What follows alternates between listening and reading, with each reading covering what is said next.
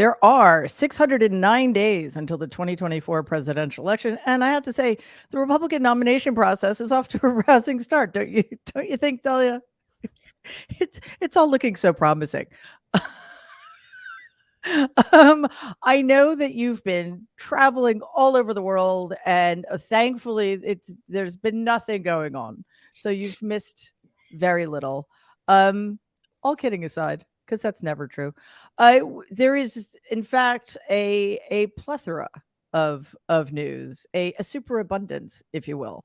I mean, we've got the ongoing revelations of the obvious corruption of Fox News, Fox. Period. um the whole thing with Kevin McCarthy handing over sensitive 44,000 hours of sensitive video to chief propagandist and anti-American creep Tucker Fish Sticks Carlson, Walmart caving to pressure of anti-choice misogynists, refusing to sell abortion pills, even in some states where abortion is legal. By the way, abortion should be legal anywhere, yes, but the pill, taking a pill and getting an abortion are two very different things. And by the way, love you, CVS, or anybody who is not Walmart.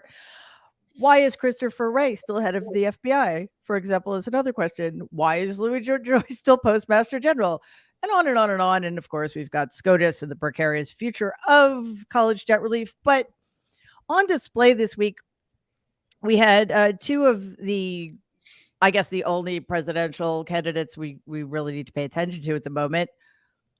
One at Selma, celebrating the 58th anniversary, and the other one at CPAC, which I don't know, Dahlia, is it worse than it used to be, or is it just more of the same, just a little smaller because the guy who runs it, Matt Schlapp, is an alleged sexual predator? It's smaller in every way. Didn't it feel like it felt like the sort of shrunk down, tawdry, super boring, sad cartoon version of CPAC, even of last year's CPAC? Like it's not.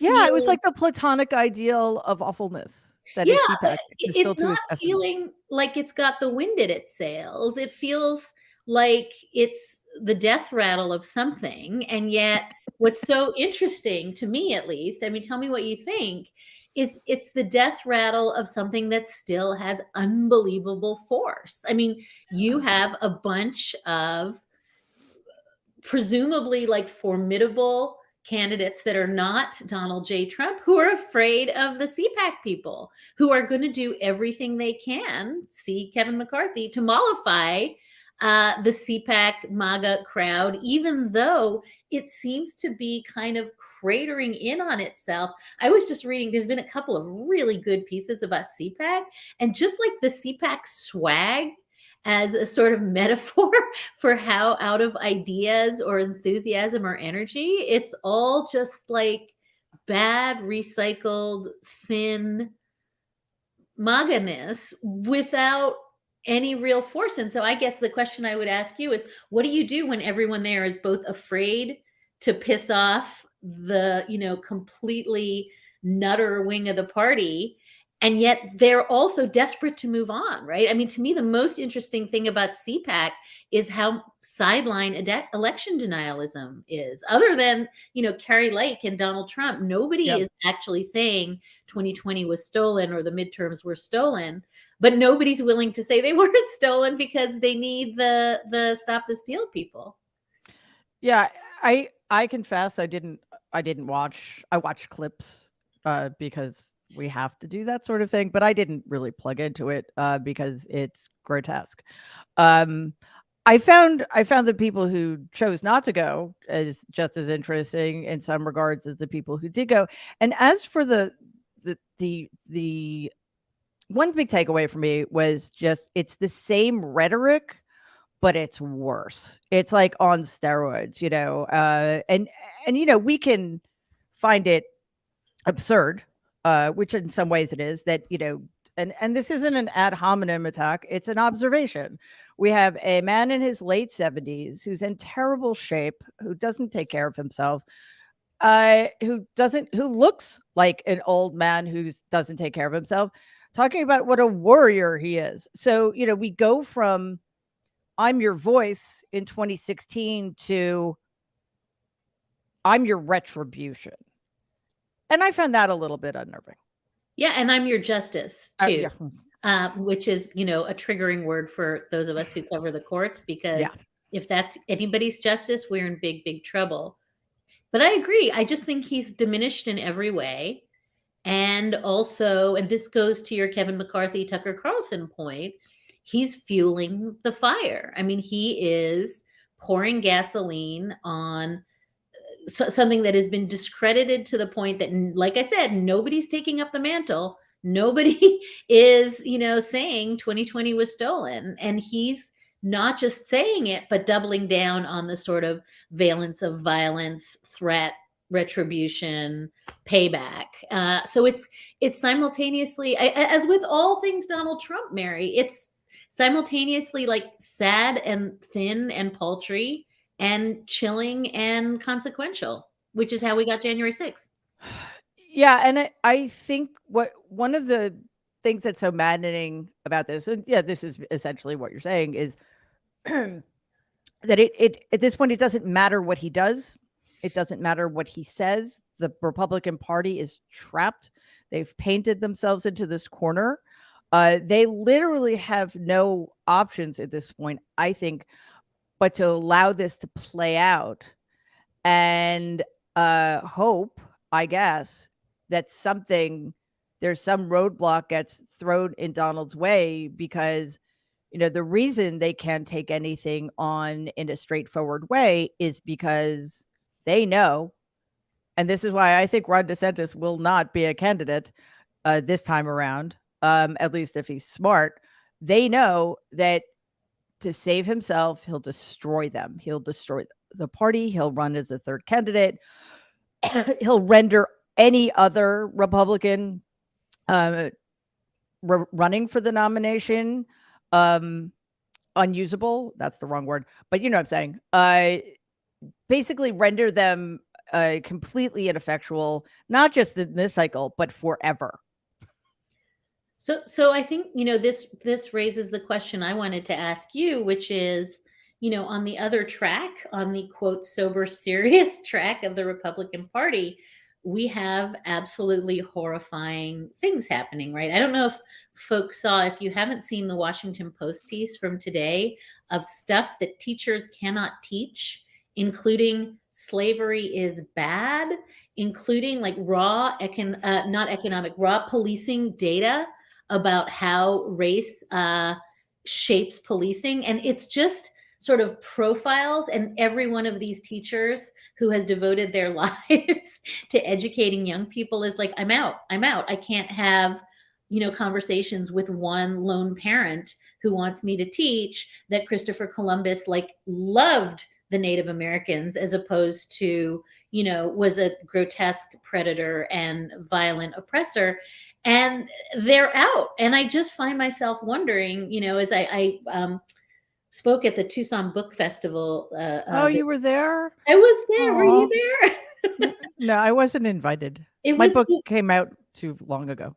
It was very cool. But what was most sad, hi, Wash, to me was hearing from a school teacher in Tucson who was talking about curating her library and what libraries and classrooms are looking like. And I'll just reiterate, but the question I'm asking Mary is, even if we can stipulate that what happened at CPAC, what Donald Trump is saying in terms of inflaming mobs, what, all of that seems kind of silly and diminishing and cartoonish, but what's happening in the Ron DeSantis lane in terms of, just virulent attacks on trans kids and their parents, virulent attacks on, how we educate kids about sex and gender, and virulent attacks on the books that we're reading and the attempts, in my lifetime, did I ever really think stuff like this couldn't be taught in the classroom? And so I don't think it's fair to say either of these things are unserious. They're both deeply serious. And I don't have a schema for how to think about, the sort of critical race theory and xenophobia and terrorizing of children and their families as compared to I am your justice, I am your retribution. The 2020 election was stolen. I don't even know how to think about those two boxes in any categorical way other than to say they're both really, really chilling in very different ways. Well, I think one leads to the other. I think they're entirely related. I don't think we separate them. And, as for Donald and his, on the face of it, or at least arguably ridiculous rhetoric, doesn't matter what we think. There are millions of people who take it seriously. And there are not millions, there are, probably the entirety of Republican leadership, if it gets to that point, will follow his lead, or they'll be complicit with their silence and inaction. So, we've got people like Sununu pretending he's different, but saying, of course, they'll vote for Donald if Donald's the nominee. Hi, Norm. We've got Larry Hogan, former governor of Maryland, saying he's not going to run because he doesn't want to participate in this multi-car pileup, which will benefit Donald, as if he's some kind of hero. It's like, hey, why don't you get in the fight and represent the other side of the argument? But no, because that will undoubtedly harm his political future. We spent the bulk of last week talking about Florida, and we spent most of our time focusing on the racism and the fact that DeSantis and his followers can say all they want, that it's the inaccuracies of Black history that they're not teaching, but they're not teaching white history is what's going on here, and they're doing it at the expense largely of students of color.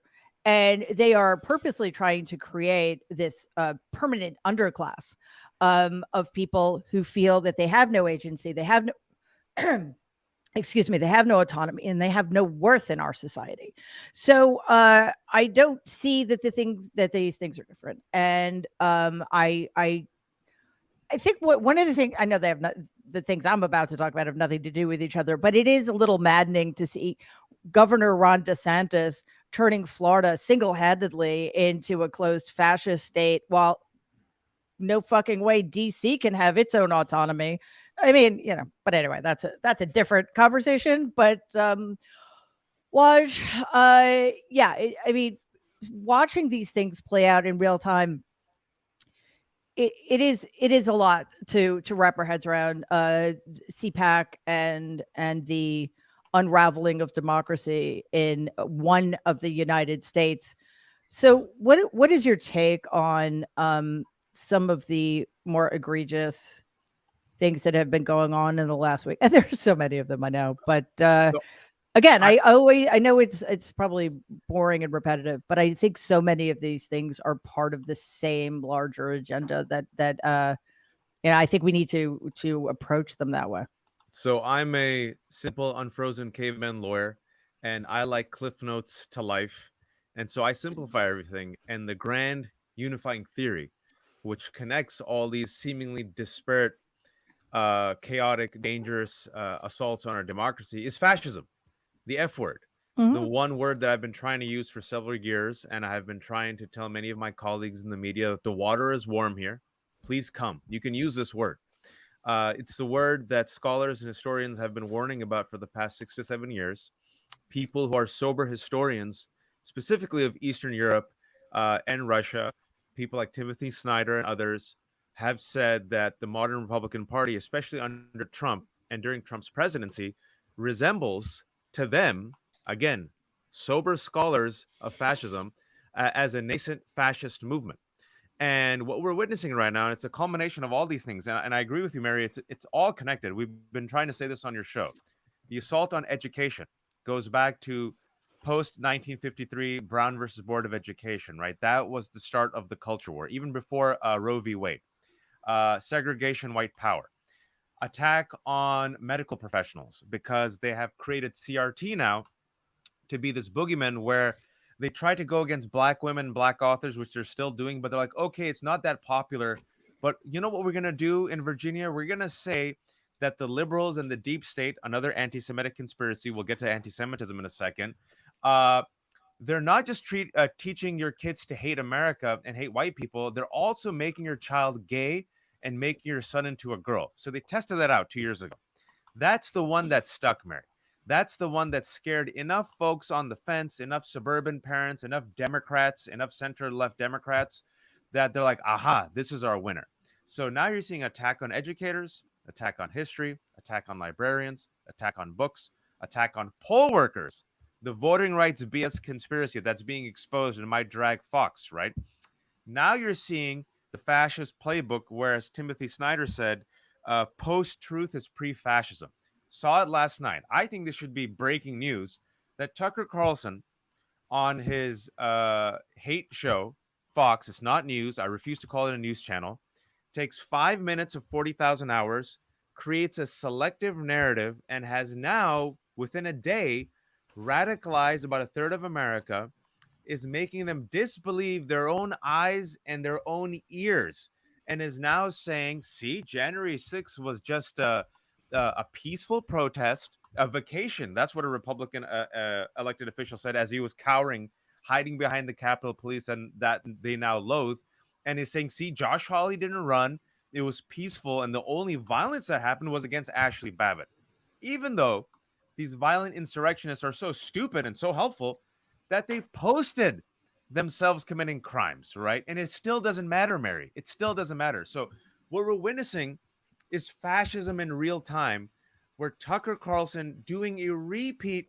And I just want to connect the dots because I was on CNN warning about this the day after it happened.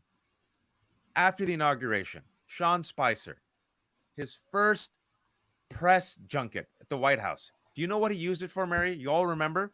It's a lie.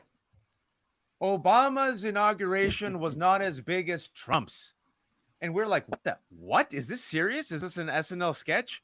We showed the videos. No, it was my grandparents' house on Thanksgiving as well. Yeah, I mean, but look at what they did. And so the connective thread here is fascism. We have to use that word. This is a fascist authoritarian movement. They're going all in right now because they realize they're losing power. They should have had a red wave in the midterms. They didn't. They did not get the red wave. And if the New York Democrats didn't F it up and there wasn't gerrymandering, Democrats would have kept the House. The Dominion case has terrified Fox. That should be the big news.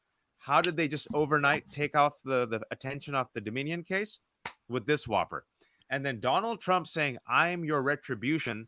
Yeah. It is echoing fascist words of the past. So the question I have for the majority is, why does the majority tolerate, Mary, the violence and intimidation and terrorism that is happening from the right against our teachers, our doctors, our poll workers? Our law enforcement is under threat. And the reason is, and I know you all think me and Danielle might be a broken record, I'm telling you, I'm a student of history. You can connect the dots.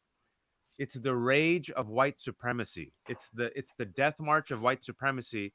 And they are so terrified now that women, LGBTQ, people of color have some rights, that they're going for all the marbles. And the last thing I'll say is, I was in Texas, I was in Houston over the weekend for Mehdi Hassan's book. We were in conversation. 150 people were there. There was an African-American woman. She's a teacher. She raised her hand and said, I just survived a real-life shooting drill, and we didn't know if we were going to live or die. And all I was thinking about was, how do I protect these 38 kids? This is my life in Texas because of the new law, right? That just passed in Florida. So Texas and Florida now are, this last thing I'll say, DeSantis and Abbott, because they have national ambitions, and you said this before on your show, they're the laboratories of the Orban right-wing experiment. And because they have the power, Mary, if you want to see where the Republican Party is going, look at Florida and Texas. That's what they want to do wholesale across America. The question is, when will the majority step up and say enough is enough? And the reason why I think we're always going to bow down to white rage, because we always do, is we still see Fox, our colleagues still see Fox as a legitimate news source, and they still don't use the appropriate words. So I don't know. I usually don't get very upset. I'm an even-keeled person, but I see all this happening. People are going to die. People are going to die. What do you think is going to happen, folks? Innocent Americans are going to die. And when will we say enough? Sorry about that rant. No, people are already dying.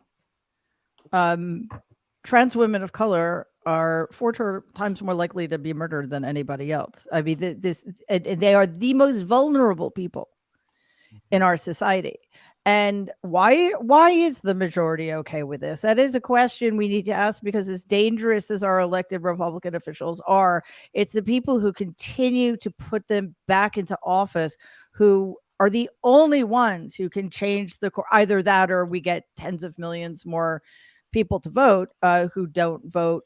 And it is I think one potential reason is that they've been tricked into thinking that the progress that was once made continues to exist. In other words, 1964, 1965, Voting Rights Act, Civil Rights Act, we're all good, right? Well, no, because there are no voting rights in this country anymore for people of color.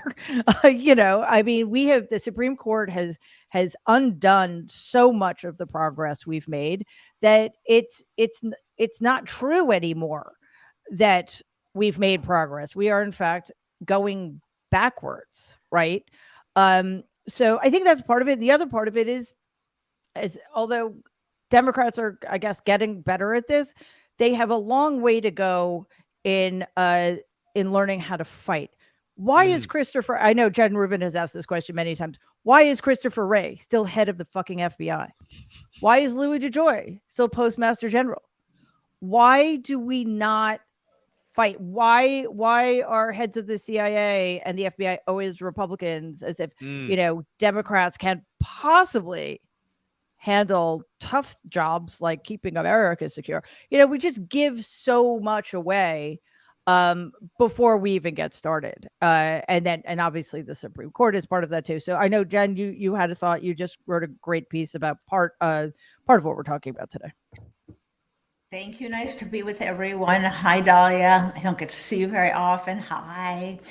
I had a couple thoughts. One is the subject of one piece that I wrote, I guess it was yesterday, The Days Run Together, is the utter collapse of the mainstream media. Its refusal to see and report what is right before their eyes, because they are locked into a false paradigm that really disregards the fact that not all of these people are playing by the same rules. Not all of these people should be treated like honest members of the political discourse, just like Fox should not be treated like a network. And by the way, Fox would not be nearly as powerful if it were not for mainstream media outlets continuing to amplify and repeat and cite and tweet and run on their front pages little excerpts of what he's done. So that's part of the reason.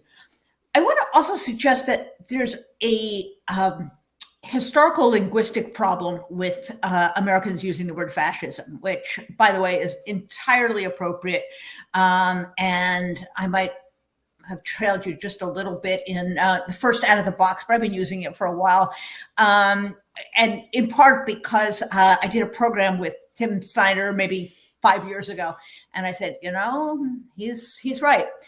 The difficulty is that because we're so ill-educated in this country, that people don't understand there is a difference between fascism and Nazi Germany. And what they say is, these people aren't wearing black uniforms and killing millions of people, therefore they can't be fascists. That, of course, is a complete fallacy. Nazism was one brand of fascism, but there have been lots of them, like Pinochet, like Mussolini, like Bolsonaro, lots of examples. And the definition of fascism does not include, as disturbing as this might be, that you have to be committed to genocide. Those are two different things. Fascism is the use of violence, the use of lies, the use of certain types of political behavior to control not only government, but thought and the population. Now, it does, of course, invariably set upon an external, what they would like to label an external villain, whether it's Jews, whether it's the favorite buzzword of elites who live in cities, who celebrate Rosh Hashanah, by the way.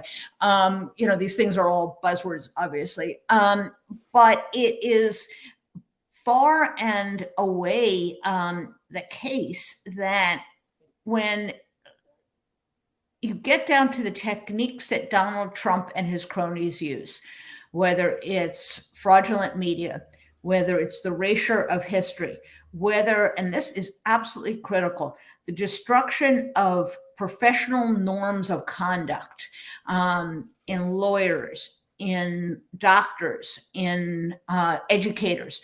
Once you do that and you make these people instruments of the state, you eradicate independent thought, independent checks on democracy, and you create a state that is self-sustaining, run on propaganda, run on fear of violence, among other things.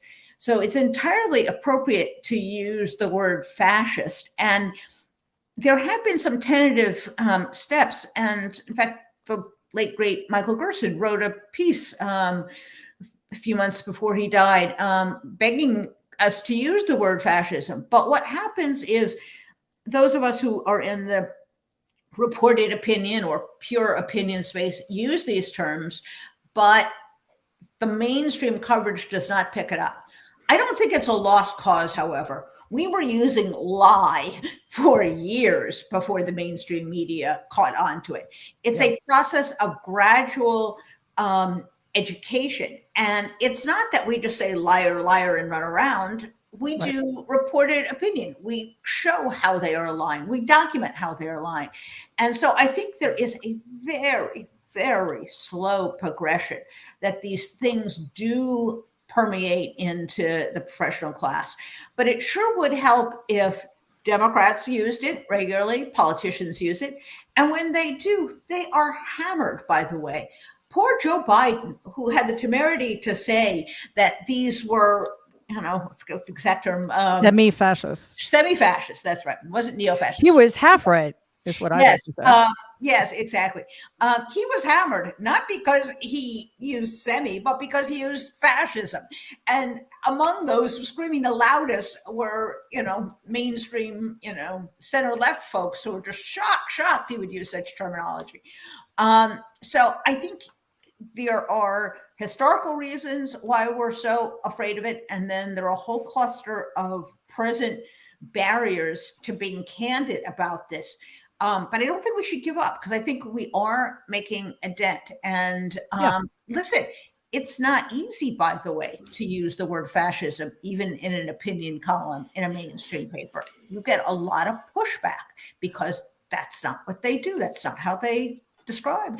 It's almost impossible to call someone even crazy, because that is medicating, that is diagnosing people without a license. So there's a big frown that goes on the editors' faces when you do that. Mm-hmm. Even if you're using it in the lay expression. Yeah, crazy is not a diagnostic term. So exactly. Thank you, Mary, who actually used these things. It's just, so instead I have to use words that sound kind of cute and funny, like loony. But that detracts from what I'm really trying to say, because it minimizes and makes a joke of it. And so I think we got a lot of problems, and a lot of them have to do with the way we confront these things, and just how inept the press is. How do these Republicans get through an interview saying they want to run for president, but they can't think of a policy difference they have with Donald Trump? And oh, by the way, they can't say that they would not support this guy for president. How can you, as a mainstream interviewer, just let them kind of go on with that? Where's the follow-up? Where's the press? How can you support someone who is vowing retribution against his political enemies? So it is because they don't want to have him, right? Because then they might go after them. They might lose the one guy who wants to come on their show and talk to them. There's this fear of, and they also have this fantasy in their mind that they have some viewership, some substantial segment of the population that will get mad at them and turn off. Let me tell you, they've already turned off. So you're not offending anyone. You're just misrepresenting the facts to people who are maybe open to reason and to evidence.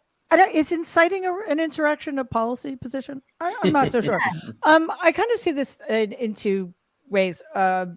One is, you're absolutely right that when the media doesn't use the correct terminology, it does make it harder for the rest of us, because it puts us on the defensive.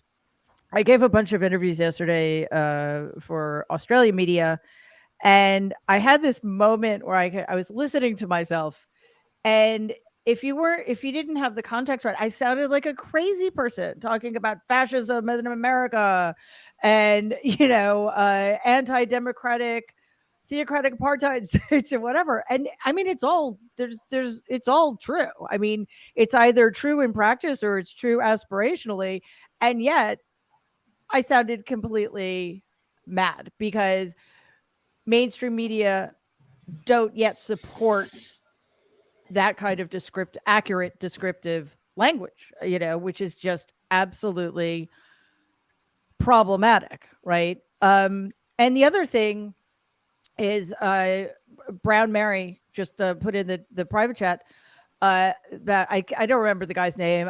Who cares? He's also a fascist who is a fan of genocide as long as you're committing genocide against the right people. He talked about the eradication of transgenderism, which, for those of you playing at home, really means the eradication of transgender people. You can't separate the two. It's like the eradication of Judaism.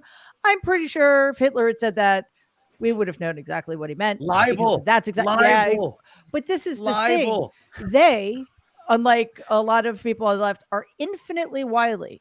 What became the topic of conversation? He's suing them because they completely misrepresented what he was saying. So they just do that better. Infinitely wily, these fascists that we're trying to fight against without the help of the mainstream media, which we really need on our side. Norm, anywhere particularly you want to go with this, because it is a very complicated conversation to be having. So first, since you mentioned Australia, I think it's past time to send Rupert Murdoch and Lachlan Murdoch back. Just not when I'm there. Okay, can we just wait until I No, but if you are actively promoting an insurrection, you're committing traitorous acts. Your citizenship should be revoked. But that's another story. Yeah. I want to go back to where we started the conversation and make a larger set of points, Mary. At the time of the founding, the Federalists won. It's now clear the anti-federalists have won. Yeah. They dominate the Supreme Court. They've basically taken over and they're dismantling federal power. At the same time, the North won the Civil War. The segregationists and pro-slavery people have won. Look what's happening. We basically have secession. We have a separate country in the states of the Confederacy, and they are now moving even further to implement the kinds of policies that would make Jefferson Davis happy. In Mississippi, now you have a legislature that's basically trying to take over Jackson, Mississippi, because they don't like what the Black mayor and the residents of that city have done. You look at all the places where we started with the laws that are being implemented in Florida, in Texas, in Mississippi and Alabama. And it's basically the case that the victories that should be there have been eroded and are being taken away. And I'm not sure what we can do about that at this point. A second, just to reinforce what Jen said. This has been going on for 20 years, that a press corps is utterly blind to the reality of what's happening in the country. And if you think about 4 years plus of Donald Trump calling them the enemy of the people, again, a phrase that Stalin used to justify murders, that Khrushchev, when he took over, banned because he said it went too far and it was inflammatory, and that you have a press corps that did nothing to try to point out where we were headed with this. And now every day I see headlines in the Washington Post and the New York Times. I see the way that candidates are treated, and it's nothing has changed. The Times, which I still have great fondness for because it is the paper of record, there are still so many good things, is the worst offender here. And, when you see the stories and the headlines and there is no response, when you have a public editor position eliminated because they don't want internal criticism, when you see the reaction to the letter that was written by all of those contributors, they don't want anybody to challenge what they're doing, and they refuse to step back and say, what's going on here? Maybe the threat is greater than we think. And if we don't get that change, then we're headed down an even worse path than we've been on, and that's a bad path. Yeah, and as you can see, cancel culture is alive and well at the Mary Trump show because Jen Rubin, as Brown Mary just pointed out, has canceled herself. But we welcome her back whenever that can happen. I'm not sure why it's taking so long. Anyway, Simon, if you're listening. She needs to be let in, she just said. She was using the space laser against MAGA, and then she just used it against herself. There you go. There you go. I'm sorry. I don't know why that took so long, but we missed you. Anyway, before, just Dahlia and I were here, I mentioned the egregious action that the administration is taking against Washington, D.C., and Nora mentioned Jackson, Mississippi, and obviously it is the what the whites in power in Jackson, Mississippi is very reminiscent of a lot of horrific tactics that were employed during Jim Crow. But let's also not forget the water crisis that is less than a year old, is still ongoing, and was treated with the kinds of seriousness you would expect from a bunch of unreconstructed racists who don't give a shit about Black people they are allegedly supposed to be representing. And on top of that, we have Walmart making the despicable decision not to sell Walgreens. So sorry. Well, I'm not really sorry. Walmart, you suck too. But anyway, Walgreens.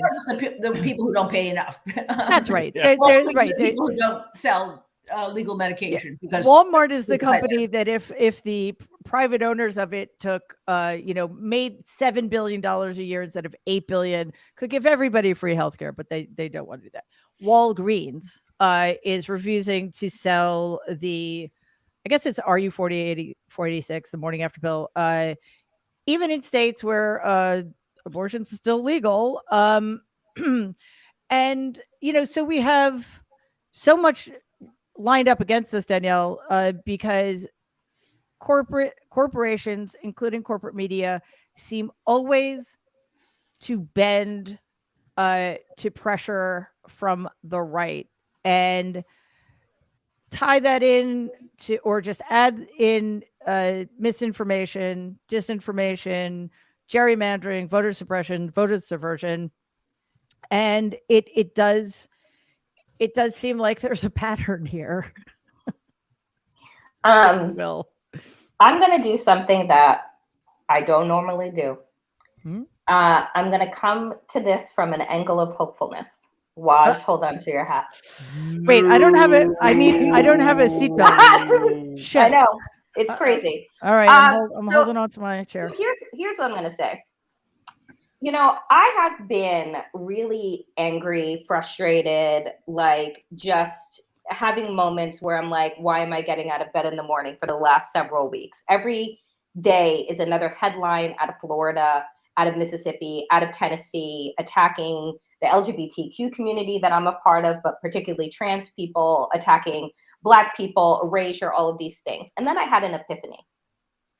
And my epiphany was this, that the problem that we are being faced with right now is not the rise in power of white supremacy that has always been ever present, right? Because if you ask Black and brown people and marginalized people about how they have felt about this country and the ability to pursue opportunities outside of purposeful obstacles that have been put in their way, they would tell you, right, that nothing that is happening and nothing that has ever happened has been a shock to the system for these people that have always had to climb over obstacles that were purposefully put in their place.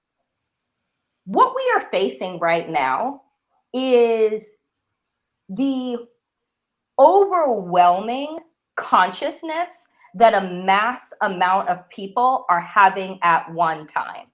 What do I mean by that? I mean that people have gotten too free in the eyes of the conservative white evangelical Christians. That when we are at a time when people, young people, feel comfortable in the expression of working outside of a binary, working outside of systemic structures that were put in place for no other reason than for a certain group of people to obtain and hold power, when they start to realize that and question those things and look at this, and there is a breaking open, right? There is always going to be this incredible desire and need to push everything back in and down. And that's where we are. All of this is happening is because people are more conscious, more woke, and don't want to go back to sleep. They're unplugging themselves from the matrix. And what we're seeing at the state level and at, and at the city level and at the school board level is this desire to put people forcefully back to sleep. We're going to rip the books off of the shelves. We're going to ban your very existence. We're going to use violent language about eradicating you and then turn around and say, oh, no, that's not what I said, right? Our job is to tell the people who are conscious, who are awake, who for the murder of George Floyd, for many in this country, for many white people, was their great awakening, right? Now, I would have liked for that to have happened, generations ago, but it happened for them in that moment. And many didn't go back to sleep, regardless of the joke that I make about the freedom internship. And then everyone went back to thinking the way that they did, because the reality is they didn't, right? That's why you have these fascists moving and stepping in the way that they are. And so our job is not just to critically point out all the ways in which they're trying to destroy our freedom, but to express to everyone who feels more in their skin than they ever have before, right? That they are not alone, right? That there are more of them than there are of us. And that if we allow the hopelessness and the despondency to gather us, then they are going to win. Right? But the reality is that when I was coming out, there was no drag show. There was no drag story time at the fucking library. There was no GSA, Gay Straight Alliance in schools. There was none of those things, right? So you have to understand how far we have pushed outside of the confines of the norm and why that is so upsetting, right, to these people, and why the pushback is going to be so hard. And on our side, the pushing forward needs to be even harder. Yeah, I like all of you, it's very difficult to deal with this on a daily basis, and it can be overwhelming, but there are plenty of reasons to be hopeful, many of which Danielle just pointed out. Because listen, if we're hopeless, then why we shouldn't even be having this conversation. But in identifying all of those developments that we need to embrace and be proud of and build upon, I think, and Dahlia, I know you want to say speak to what Danielle just said, but I think on our side, one of the biggest problems is we're not hearing the kinds of rhetoric that we hear on all of our shows and in all of our writings coming out of the mouths of our leaders, whereas the most vile rhetoric that seems to engage the base of the Republican Party is coming out of the Republican leadership. So, I mean, I think I just want to say, first of all, God bless you, Danielle, because when you're optimistic, it just flattens me. I have no place to put it. I think I want to say two pieces of the same thing. I completely agree. I've been traveling around for the last 6 or 7 weeks. Nobody's accepting mildly being put back in a box. Nobody, women are not when I speak to them, prepared to go back to back alley abortions. Trans people are just not prepared to give away the dignity and, you know, the visibility, the not being erased that they have achieved. And that is so clear to me. But I think that this is the structural problem of minority rule, you know, and what I said to Mary was that CPAC in some sense is chilling because tiny minorities, the ones who terrorized Kevin McCarthy into conceding to people he knew were bananas, tiny minorities that scared Tucker Carlson into lying on his show for weeks, and the tiny minorities that support these completely outrageous measures we're seeing around the country are prevailing, right? It's one teacher being terrorized by one parent. And why are we in a system in which these tiny minorities are prevailing? And I think you're exactly right descriptively, Danielle. This is a foot race between people who are awake and alive and compassionate and the forces of fascism. I mean, I completely agree. And we're just trying to figure out who is going to win this foot race. The two things that I want to just flick at are that minority and fascism and, you know, authoritarianism and illiberalism have a real advantage in this foot race. A, because of the structural advantages they were given at the founding. B, because of the vigilantism that Waj and I have been talking about on this show forever. Why are we afraid of tiny minorities? Because they have big guns and they're not afraid to use them. And when Donald Trump, tells them that he is their vengeance, he empowers them. And three, and this is really important. So there's sort of structural minority rule. There's like all of the gerrymandering and all of the vote suppression and all the systemic minority rule that still prevails in this country. And there's the vigilantism. There is the sense that you are one little person who can do whatever you want because the world lets you. And so the last thing I want to say on that vigilantism point is I think that creeping into this conversation, and it's a thing that I think some of us missed, you know, we all cite the statistic in all 6 of the jurisdictions that put abortion on the ballot after Dobbs, whether it was Kansas that did it in the summer or the 5 jurisdictions, some of them ruby red, where abortion prevails by ballot initiative or referendum. We're now seeing states taking away the power to do things by direct democracy, right? We're seeing state legislatures that are either demanding supermajorities or more signatures or saying we can't do anything by ballot referendum. And so I think we have to be so mindful, Danielle, both of the proportionality that you're laying out, which is there's just so many more awake people than there are sort of crazy sociopaths, but the sociopaths have access to levers of power that give them outsized, I think, ability to sort of fix the race. And what scares me is that toxic combination of vigilantism. I can be Kyle Rittenhouse because the world will reward it, plus structural attempts to suppress that majority will. I think they're so outpacing us in terms of our being aware of what's happening.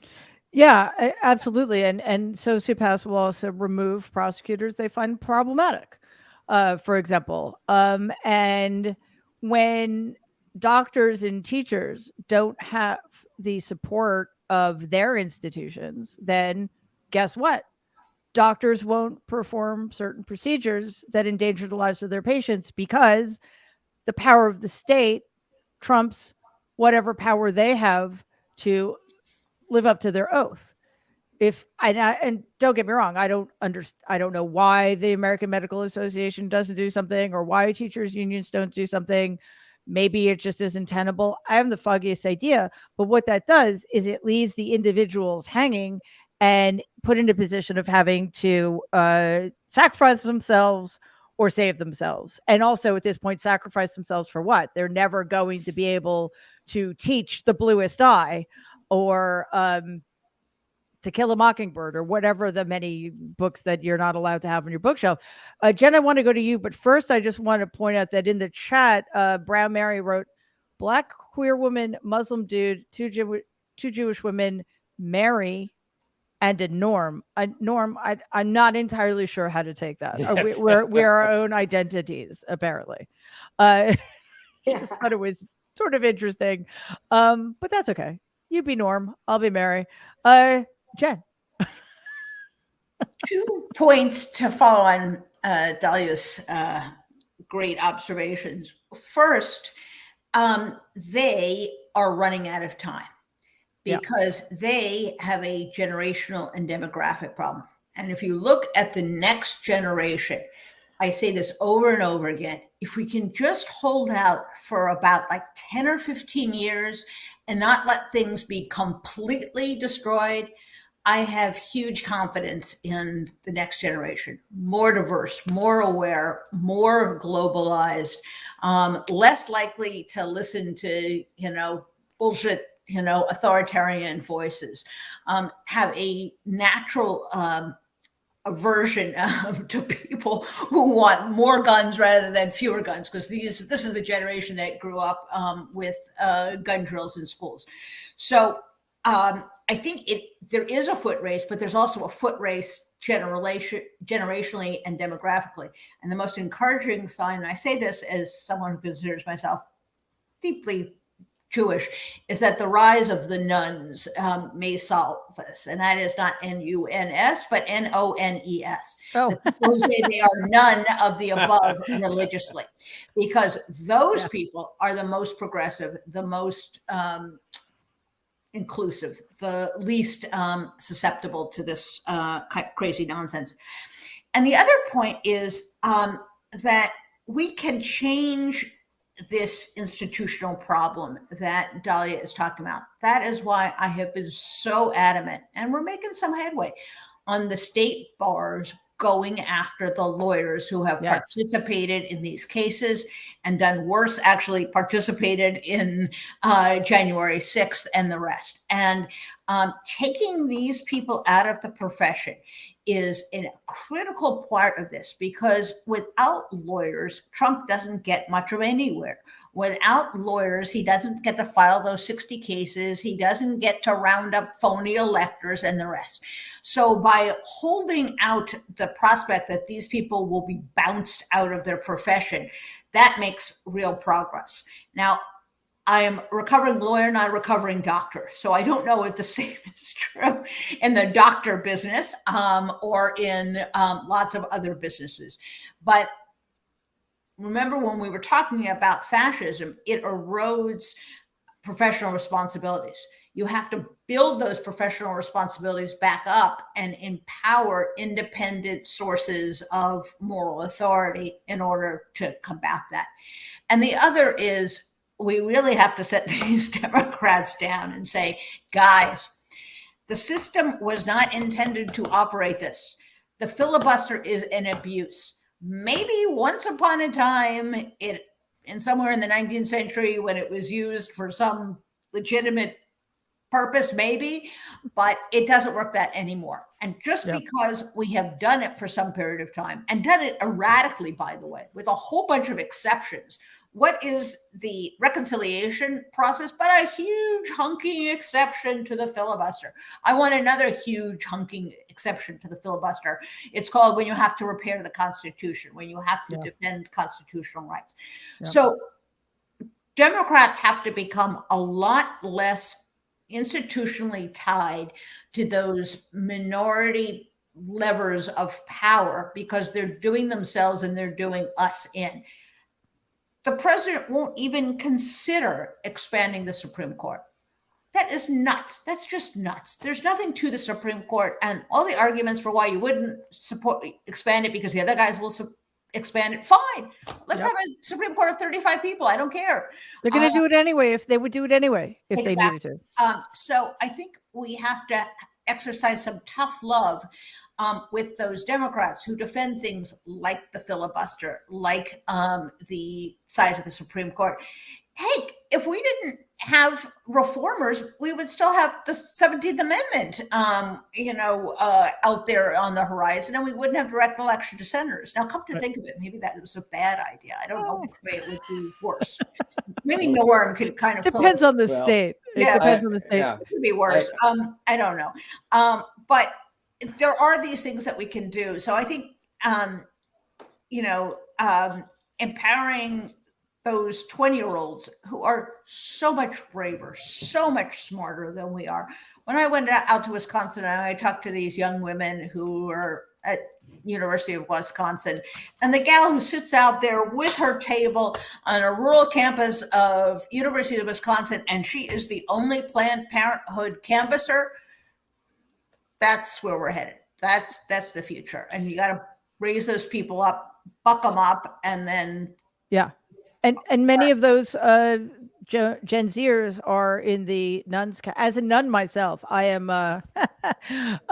who is a much better Christian, by the way, than those mega church pastors who have a net worth of $700 million and $45 million private jets. But anyway, as a nun, I am also quite heartened by the rise of the nuns. That it would be a fascinating conversation for another time. But Norm, both a person and apparently a category. I want to know what your last thoughts are today. Okay, I applaud Jen, but I have to fulfill my role of pouring cold water on much of this. We are going to have a steeply uphill battle to hold the Senate in November. It's unlikely. If we do, it'll be by one vote. And that one vote is not going to be enough to implement the changes. No, it's going to be Joe Manchin, right? We're still going to have cinema. We're still going to have Manchin. Wait, I'm sorry, cinema? That I disagree with, but no, she'll still be there, and Manchin will be there, and they're not going to vote for any of the changes we need. And maybe we won't have cinema 2024, but we might not have cinema. I'm worried about a three-way race where she could prevail. But even if we don't, the people who are up in 2026, there are more Republicans than Democrats in the Senate. But the Democrats who are up include some, like Chris Coons, who are not going to be willing to make the changes that we need. And we're going to need, frankly, 55 or 56 Democrats in the Senate if we're going to create change in the filibuster, begin to get some of the things that are necessary, including the dramatically needed changes in the Supreme Court. And, what I fear is that I think the odds favor Democrats winning the presidency again. If there's a Republican Senate, that president, whether it's Biden or somebody else, will be hamstrung in terms of executive appointments and judges. They're going to continue to dominate a significant part of the judiciary that will continue to put a crimp in the style of what we need. We have a Supreme Court that is going to let state legislatures do redistricting so that Republicans will retain control in states like Florida, Tennessee, Texas, and so on. And they are going to let fascist and neo-fascist governors implement even more draconian changes that restrict the freedoms, as they say that they're all about freedom. And holding on for 10 years is going to be very hard to do. Now, at the same time, I want to mention a number that I say all too frequently. 10 years from now, we're almost there. 70% of Americans will live in 15 states. 30% of Americans will elect 70 senators. They are not representative of the country more broadly. And our challenge to even get a national legislature to do the kinds of things that are needed for repairing the nation will become even more of a challenge. I fear that in the interim, and this will be even more true, if any of the clowns running as Republican nominees for president, and I haven't mentioned the pernicious impact of no labels potentially having $50 or $100 million, it would not surprise me, to put an independent candidate on the ballot, all designed to elect a Republican to the presidency. If they win, if it's Trump, we have no doubt it's all about retribution. He will put some fascist in, probably Kash Patel as the head of the FBI. And we will see some of us on this program probably in jail before. Oh, I thought you were going to say in a straitjacket, but yeah. No, in jail and in solitary, in a gulag, probably. Yeah. But at the same time, I don't see things getting dramatically better with a Glenn Youngkin, much less a Ron DeSantis or a Nikki Haley or a Kristi Noem or any of them who are going to be running. And they will put us into a situation that will make us like Hungary. That may be the best we can hope for with these people in place. And getting out of that is really difficult to do. So we have to put all of our resources into fulfilling what Jen said, which is just to hold on until reinforcements come. How you feeling now, Danielle? Well, look, being woke is exhausting. I just want to say, right, like everything that Norm had said is absolutely correct, right? Yes, it is. There's only one thing that was left out of that. I think that we're discounting the will of the majority of people. Now, we like to believe that Americans are lazy and will not actually fight for their rights. And I'm saying that all of the things that you were saying are true. And I believe that if we are pushed to that place, Americans will fight back and they will fight for this country. I have said since Donald Trump came down that escalator, that things in this country are going to get bloodier before they get better. But much in the way that things need to be burned down to ash before the phoenix can rise, that is the place that we are in. We are in the burning down part of the resurrection of whatever this country is going to look like. So do I think that all of those things are going to happen? Absolutely. But do I think that they will also in parallel be a revolution, both in the streets, in the tweets, and in every other place that happens as well? Absolutely. I do.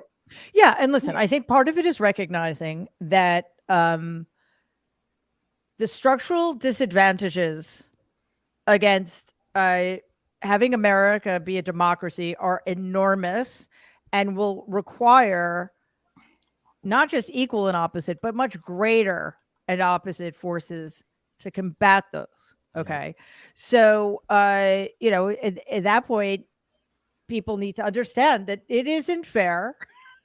And we need to keep fighting and coming out in larger and larger and larger numbers to neutralize what the right's increasing willingness to rig the system even more in its favor, right?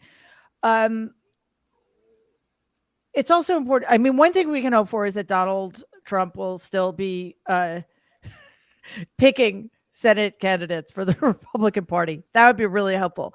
But, as I'm sure you would all agree, this is not Donald Trump's party anymore. This party is post him. It feels like it because he's still the head of the party. He's the front runner. But take him out. And as Norm just said, DeSantis is as bad or worse. Youngkin is as bad or worse. You're going to tell me Marjorie Taylor Greene isn't in charge of House Republicans? She's arguably worse, So I think it's just being realistic and hopeful at the same time, which, is quite a balancing act, And I think. to that point, I would say there's a country that is more screwed up than ours, but has that same dynamic, and that is Israel. If there's a country that is paralyzed by tiny little parties and by an extreme small faction, super religious Jews in Israel are still a small faction. Right. It is Israel. And look what has happened. 4 weeks, hundreds of thousands of people out in the street. Military saying they may not respond to a call up of reserves if they go forward with this sort of judicial reform.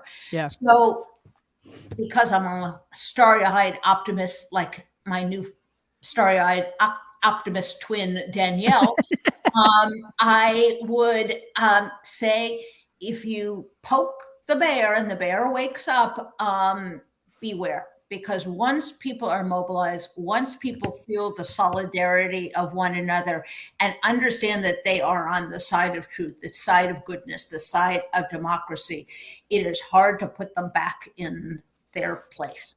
Yeah. And we've got 606 days. I think we need to take this show on the road, all of us, to collectively, individually get the word out. And you know what? Fuck you, mainstream media. We'll do your job for you.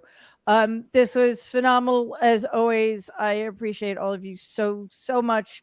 Wajahat Ali, Danielle Moodie, Dahlia Lithwick, Jen Rubin, Norm Ornstein. Thank you so much, my friends, for being here. You are amazing to a person. Take care.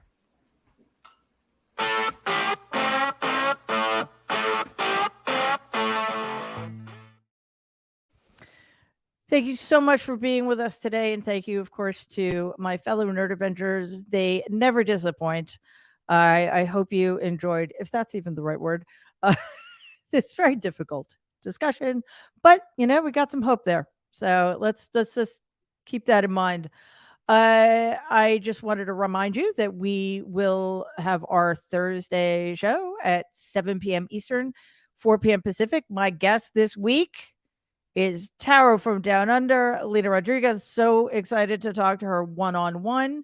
And I know she's appreciating the fact that she is not going to have to wake up at 4 o'clock in the morning her time to join the show.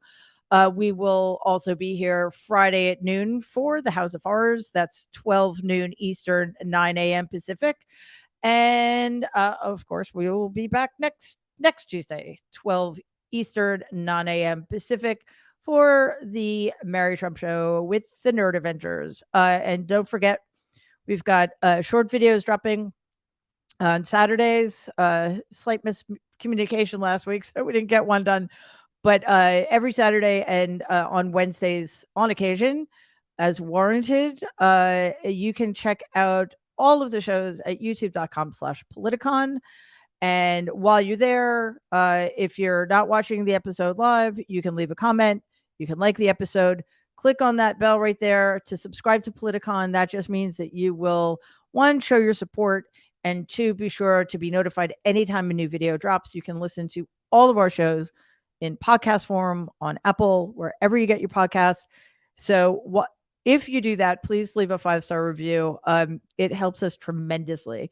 You know, we're really, really, really trying to grow the show. I think everybody, our guests, Nerd Avengers, they all deserve bigger audiences. So let's help make that happen.